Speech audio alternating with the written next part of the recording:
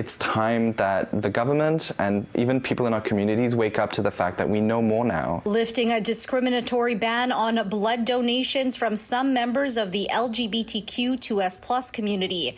Health Canada is removing restrictions on men who have sex with men. It's cause for celebration for those who spent decades fighting the policy, but only a step to some who say it's still prejudice. Health Canada approving a request from Canadian Blood Services to end the policy and calling it a milestone on Thursday.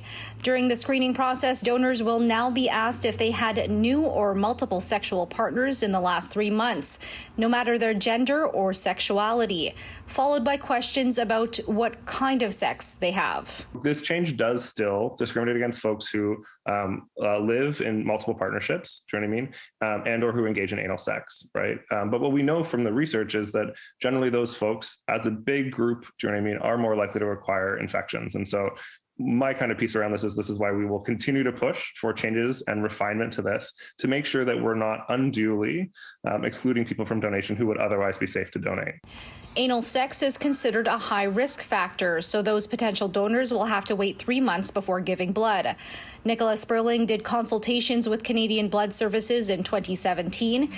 She says at that time, the agency was uncomfortable asking about it. It's good, though, that they're focusing more on that being the risk factor rather than focusing on it being because you're gay, since we know that there are plenty of people who participate in anal sex who are not gay men.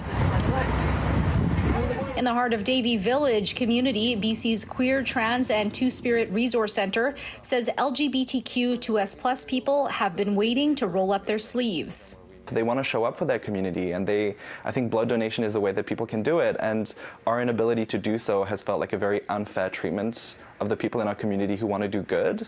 My instinct is that for a lot of the people that we serve, I don't think there's going to be any hesitation in wanting to go out and be able to donate blood now again. In 2013, there was an outright ban on men who had sex with men donating blood.